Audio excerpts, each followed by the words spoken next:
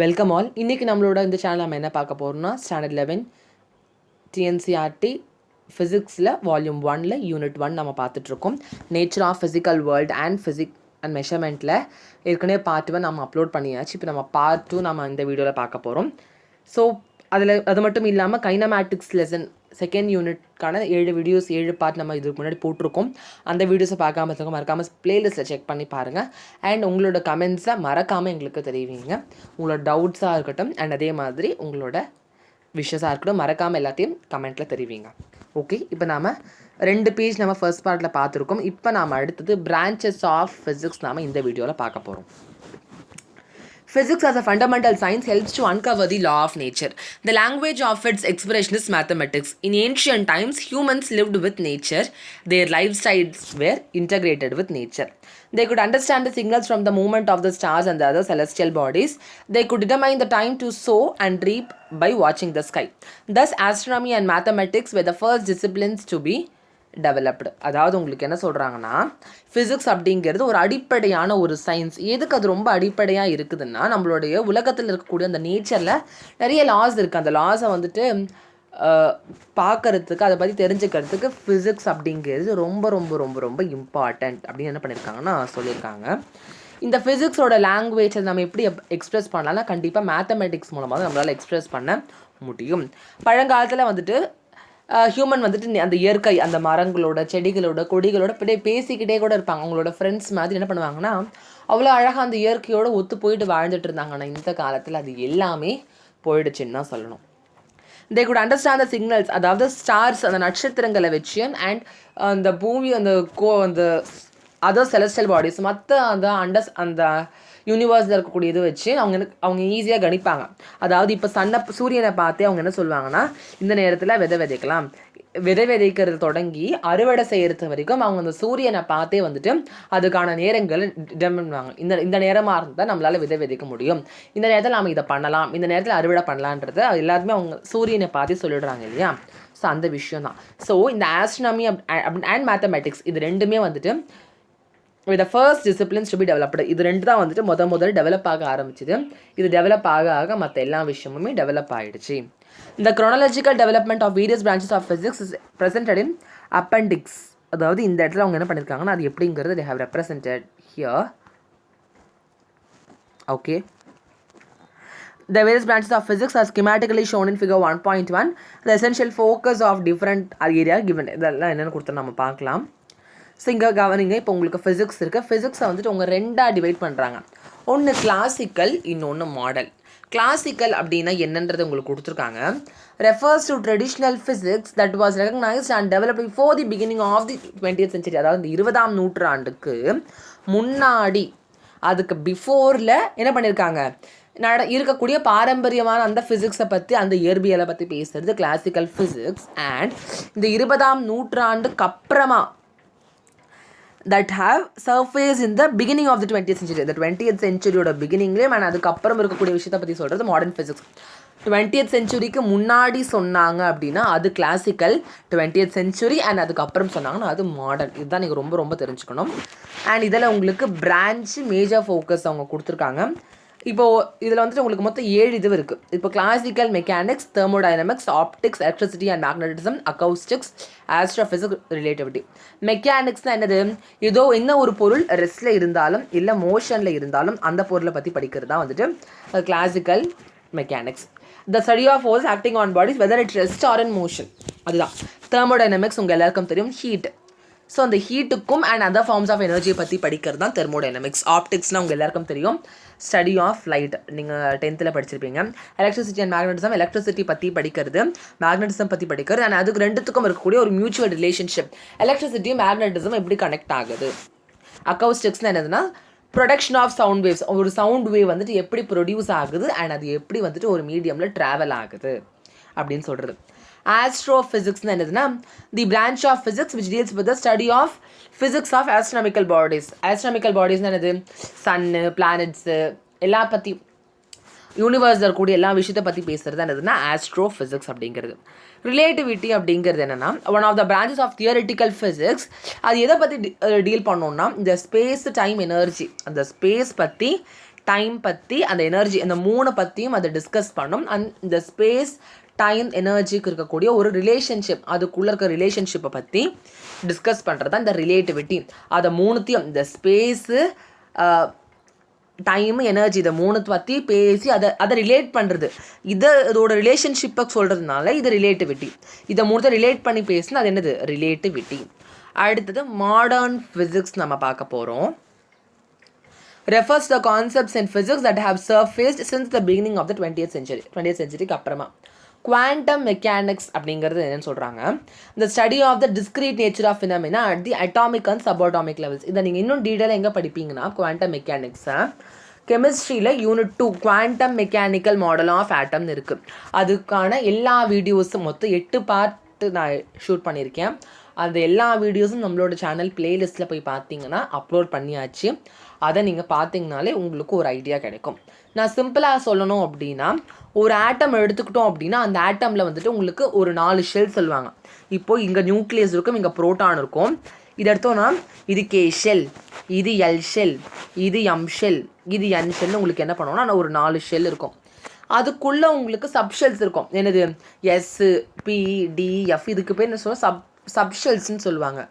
இதை நீங்கள் அந்த லெசன் ஃபுல்லாக நீங்கள் படிச்சிங்கன்னா உங்களுக்கு ஓரளவுக்கு நல்ல ஒரு ஐடியா கிடைக்கும். நீங்கள் அந்த வீடியோஸ்லாம் கூட நீங்கள் ரெஃபர் பண்ணிட்டு வரலாம் இங்கே. So the study of the discrete nature of phenomena at the atomic, so on the atomic levels அந்த KLMN shells பற்றி இருக்கட்டும், அண்ட் அதோட சப்ஷெல்ஸ் SPDF பற்றி இருக்கட்டும், இந்த மாதிரியான விஷயங்களை பற்றி படிக்கிறது தான் என்னதுன்னா இந்த குவாண்டம் மெக்கானிக்ஸ் அப்படிங்கிறது. அட்டாமிக் ஃபிசிக்ஸ்னால் என்னதுன்னா ஒரு ஆட்டமோட ஸ்ட்ரக்சரை பற்றியும் அண்ட் அதோடைய ப்ராப்பர்ட்டிஸை பற்றி படிக்கிறது அட்டாமிக் ஃபிசிக்ஸ். நியூக்ளியர் ஃபிசிக்ஸ்னால் அதோட ஸ்ட்ரக்சர், அதோட ப்ராப்பர்ட்டிஸ், அதோட ரியாக்ஷன். நீங்கள் சாப்டர் 6 படிச்சிருப்பீங்க உங்களோட லாஸ்ட் இயரில் 10th ஸ்டாண்டர்ட் படிச்சிருப்பீங்க நியூக்ளியர் ஃபிசிக்ஸ். அது எப்படி alpha particle, beta particle, gamma பார்ட்டிக்கல்லாம் எப்படி வெளில வருதுங்கிறது நீங்கள் பார்த்துருப்பீங்க இல்லையா? ஸோ அதெல்லாமே. அடுத்தது இங்கே குவாண்டம் மெக்கானிக்ஸை பற்றி இங்கே நீங்கள் படிச்சிங்களே, அது உங்களுக்கு இங்கே கொடுத்துருக்காங்க பாருங்கள். It is a broader approach. Classical result can be produced in quantum mechanics also. Detail explanation is beyond the scope of this book. So detail explanation என்னது, இன்னும் நிறைய விஷயம் குவாண்டம் மெக்கானிக்ஸை பற்றி இருக்குது. பட் உங்களுக்கு என்ன பண்ணுறாங்க லேஸாக தான் சொல்லியிருக்காங்க. அடுத்தது கண்டென்ஸ்டு மேட்டர் ஃபிசிக்ஸ். இப்போது நீங்கள் ஒரு வார்த்தை கேள்விப்படுங்க, கண்டென்ஸ்டு மில்க். இப்போது நிறைய பால்கோவா செய்யறதா இருக்கட்டும், ஏதாவது செய்யணும். இப்போது நீங்கள் பால்கோவா ரெசிபி நீங்கள் சர்ச் பண்ணால் கூட நீங்கள் கண்டென்ஸ்டு மில்க், நீங்கள் நார்மல் பாலும் யூஸ் பண்ணலாம், இல்லை கண்டென்ஸ்டு மில்க் யூஸ் பண்ணி ரொம்பவே நல்லா இருக்கும் அப்படின்னு சொல்லுவாங்க.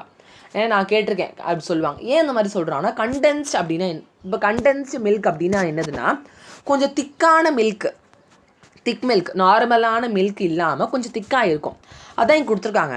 த study of the properties of condensed materials, solids, liquids and those intermediate between them and dense gas. அதாவது அது சாலிடாகவும், சாலிடாக ரொம்ப கட்டியாக இருக்கும், லிக்விட்னா ரொம்ப தண்ணியாக இருக்கும். இதோட இன்டர்மீடியேட் உனக்கு எப்படி இருக்கும், கொஞ்சம் கட்டியாக இருந்து கொஞ்சம் தண்ணியாக இருக்கும். சாலிட்னா கட்டியாக இருக்கிறது, லிக்விட்னா தண்ணியாக இருக்கிறது. அப்போது இது இன்டர்மீடியேட்டாக இருக்கும்போது பாதி கட்டியாக பாதி தண்ணியாக இருக்கிறது தான் அந்த விஷயம். ஸோ அதை பற்றி சொல்கிறது. டென்ஸ் கேஸ்னால் அந்த கேஸ் வந்துட்டு கொஞ்சம் திக்காக இருக்கும். ஸோ இது உங்களுக்கு எங்கெல்லாம் யூஸ் ஆகுதுன்னா நானோ சயின்ஸ், இந்த நானோ கெமிஸ்ட்ரிலாம் படிச்சிங்கன்னா அங்கெல்லாம் உங்களுக்கு யூஸ் ஆகும். அண்ட் ஃபோட்டோனிக்ஸ்னால் லைட் சம்மந்தப்பட்ட விஷயங்கள் பற்றி படிக்கும்போது. It covers the basics of material science which aims at developing new material with better properties for promising applications. So நிறைய அப்ளிகேஷன்ஸ்க்கு என்ன ஆகுது, இந்த கண்டென்ஸ்டு மேட்டர் ஃபிசிக்ஸுங்க ரொம்பவே யூஸ் ஆகுது. அடுத்தது high energy physics, the study of the nature of the particle. So அந்த பார்ட்டிகல்ஸோட நேச்சரை பற்றி படிக்கிறதுக்கு இந்த ஹை எனர்ஜி ஃபிசிக்ஸ், எல்லா பார்ட்டிகளோட நேச்சரை பற்றி நம்ம என்ன பண்ணலாம்னா இந்த ஹை எனர்ஜி ஃபிசிக்ஸ் மூலமாக நாம் படிக்கலாம். ஸோ நாம் எங்கே விட்டுட்டோம், ஸோ நம்ம இங்கே பிரிச்சுருக்காங்க பார்த்தீங்கன்னா உங்களுக்கு கிளாசிக்கல் ஃபிசிக்ஸ், இது மாடர்ன் ஃபிசிக்ஸ். கிளாசிக்கல் ஃபிசிக்ஸில் உங்களுக்கு என்ன பண்ணுறாங்க, mechanics, thermodynamics, optics, electricity, acoustics, astrophysics, relativity இருக்குது. திரும்ப இந்த மெக்கானிக்ஸ் உங்களுக்கு ஸ்டாட்டிக்ஸ், டைனமிக்ஸாக டிவைட் ஆகுது. இது உங்களுக்கு கைனமேட்டிக்ஸ், கைனட்டிக்ஸாக டிவைட் ஆகுது. இதை நீங்கள் வந்துட்டு ஏற்கனவே படிச்சிருக்கக்கூடிய விஷயந்தான். சரியா? இந்த கைனமேட்டிக்ஸ் உங்களுக்கு தனி ஒரு சாப்டராகவே கொடுத்துருக்காங்க, உங்களோட செகண்ட் சாப்டர், அங்கே பார்த்து தெரிஞ்சுக்கோங்க. அடுத்தது மாடர்ன் ஃபிசிக்ஸ்னால் என்னது, அதில் உங்களுக்கு குவாண்டம் மெக்கானிக்ஸ் இருக்குது, atomic physics, nuclear physics, molecular physics, high energy physics, condensed matter ஃபிசிக்ஸ்னு எல்லாமே இருக்குது. இது என்னன்றதான் உங்களுக்கு கீழே நான் உங்களுக்கு எக்ஸ்பிளைன் பண்ணது. So some of the fundamental concepts of basic areas தான் உங்களுக்கு என்ன பண்ணுறாங்கன்னா ஹையர் செகண்டரி ஃபர்ஸ்ட் இயர் இந்த வால்யூம் 1 and 2ல் இருக்கக்கூடிய நிறைய விஷயங்கள் சொல்கிறாங்க. இந்த மெக்கானிக்ஸை பற்றி உங்களுக்கு 6 யூனிட்டில் சொல்கிறாங்க. இதில் ஃபஸ்ட் யூனிட்டில் உங்களுக்கு மெஷர்மெண்ட்டு யூனிட்ஸ் பற்றி சொல்கிறது, செகண்ட் யூனிட்டில் உங்களுக்கு இந்த ஃபிசிக்கல் பிரின்சிபல்ஸை பார்க்கறதுக்கு நிறைய மேத்தமெட்டிக்ஸ் யூஸ் ஆகுது, அதை பற்றி சொல்கிறாங்க. தேர்ட் யூனிட்டில் உங்களுக்கு நியூட்டன்ஸ் சம்மந்தப்பட்ட நிறைய விஷயங்கள் உங்களுக்கு டிஸ்கஸ் பண்ணுறாங்க. ஃபோர்த் யூனிட்டில் ஒர்க்கு, எனர்ஜி அதை பற்றி பேசுகிறாங்க. ஃபிஃப்த் யூனிட்டில் உங்களுக்கு மெக்கானிக்ஸில் ரிஜிட் பாடிஸில் எப்படி யூஸ் பண்ணுறோம் அப்படிங்கிற அங்கே பேசுகிறாங்க. அதே மாதிரி இந்த கிராவிடேஷனோட பேசிக்கை பற்றி 6th யூனிட்டு, ஃபிசிக்ஸோட ஓல்டர் பிரான்ச்சஸை பற்றி 7th யூனிட்டு, ஹீட்டை பற்றி 8th and 9th unit, and the ஆசிலேஷன்ஸ்னால் என்னது, இந்த மாதிரி ஆசிலேஷன் மோஷனை பற்றி பேசுகிறது உங்களுக்கு 10th and 11th யூனிட்னு. உங்களுக்கு இந்த இத்தனை 11 யூனிட்டில் உங்களுக்கு என்னெல்லாம் சொல்ல வராங்கன்றதை உங்களுக்கு என்ன பண்ணுறாங்க, ஒரு இன்ட்ரடக்ஷனாக ஒரே வரியில் உங்களுக்கு முடிச்சுட்றாங்க.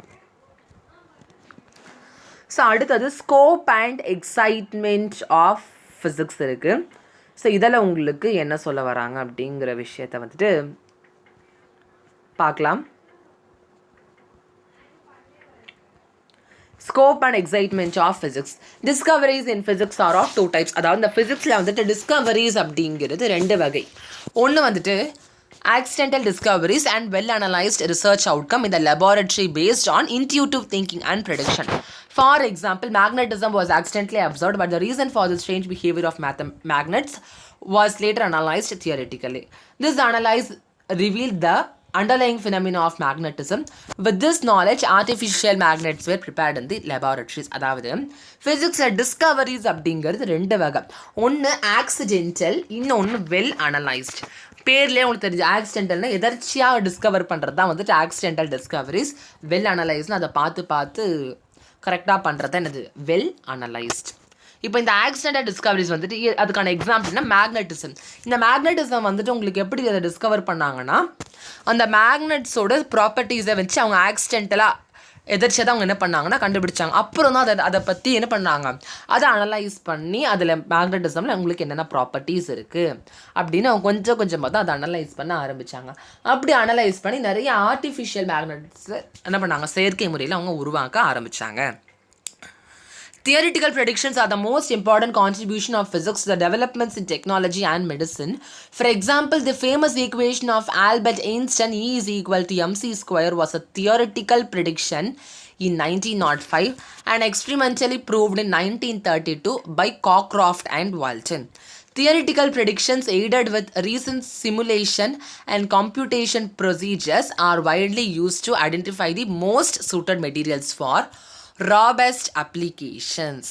அதாவது உங்களுக்கு என்ன சொல்ல வராங்கன்னா, இந்த தியாரிட்டிக்கல் ப்ரெடிக்ஷன்ஸ் வந்துட்டு யார் வந்துட்டு இந்த தியாரிட்டிக்கல் ப்ரெடிக்ஷன்ஸ் எதுக்குள்ளே யூஸ் ஆகுது அப்படின்னு, இந்த technology as well as for medicine. This theoretical predictions are very useful. அதுக்கு எக்ஸாம்பிள் நம்ம ஆல்பர்ட் ஐன்ஸ்டைன் கொடுத்த அந்த famous equation E is equal to mc square வந்துட்டு 1905 கொடுத்துருக்காங்க.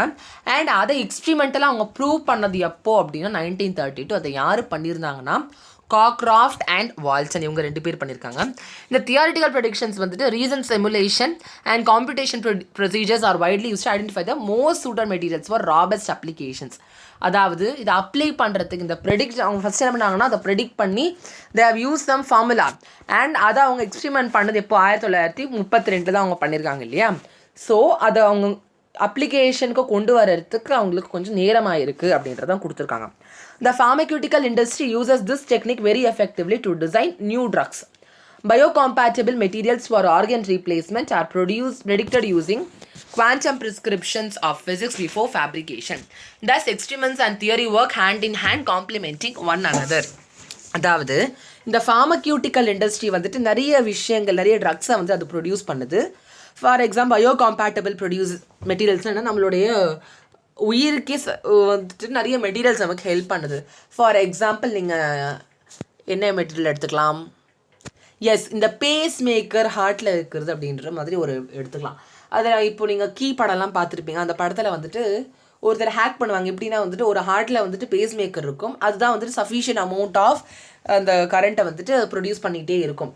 அவங்க என்ன பண்ணுவாங்கன்னா, அந்த பேஸ் மேக்கரை ஹேக் பண்ணி அவர் கொலை பண்ணுறதுக்கு பிளான் பண்ணும்போது என்ன பண்ணுவாங்கன்னா, அந்த பேஸ் மேக்கரை அவங்க என்ன பண்ணுவாங்க, ஹேக் பண்ணி அவங்க அமௌண்ட் ஆஃப் அந்த கரண்ட்டை அவங்க இன்க்ரீஸ் பண்ணிடுறாங்க. ஸோ இதெல்லாம் ஏன் சொல்ல வரணும், இந்த பயோகாம்பேட்டபிள் மெட்டீரியல்ஸுங்கிறது எப்படி நம்மளுடைய உயிரை பாதுகாக்கிறதுக்கும் இந்த பயாலஜிக்கும் இந்த ஃபிசிக்ஸுங்கிறது நமக்கு ரொம்பவே ஹெல்ப்ஃபுல்லாக இருக்குது அப்படிங்கிறத உங்களுக்கு என்ன பண்ணுறாங்கன்னா இந்த இடத்துல சொல்ல வராங்க. Thus experiments and theory work hand in hand. So இந்த எக்ஸ்பிரிமெண்ட்டும் தியரி ஒர்க்கும் ரெண்டும் சேர்ந்தால் மட்டும்தான் ஃபிசிக்ஸ் அப்படிங்கிறது அனைவருக்கும் பயனடையும், எல்லாருக்கும் சென்றடையும்ன்றதை சொல்கிறாங்க. Physics has a huge scope as it covers a tremendous range. So ஃபிசிக்ஸுங்கிறது நிறைய ஸ்கோப் இருக்குது. ஏன்னா அது நிறைய விஷயத்தை பற்றி லென்த்து, மாசு, டைம், எனர்ஜி நிறைய விஷயத்தை பற்றி படிக்குது. அது மட்டும் இல்லாமல் it deals with system of very large magnitude. அதாவது அது வந்துட்டு பெரிய மேக்னிடியூடை பற்றியும் சொல்லும். அதாவது ஒரு எலக்ட்ரான் வந்துட்டு எவ்வளோ சின்னதாக இருக்கும் அது உங்கள் எல்லாருக்குமே தெரியும். அந்த எலக்ட்ரானை பற்றியும் இந்த ஃபிசிக்ஸால் சொல்ல முடியும். ஒரு யூனிவர்ஸுங்கிறது எவ்வளோ பெருசாக இருக்கும், அவ்வளோ பேர் அது யூனிவர்ஸை பற்றியும் சொல்ல முடியும். அதான் உங்களுக்கு கொடுத்துருக்காங்க.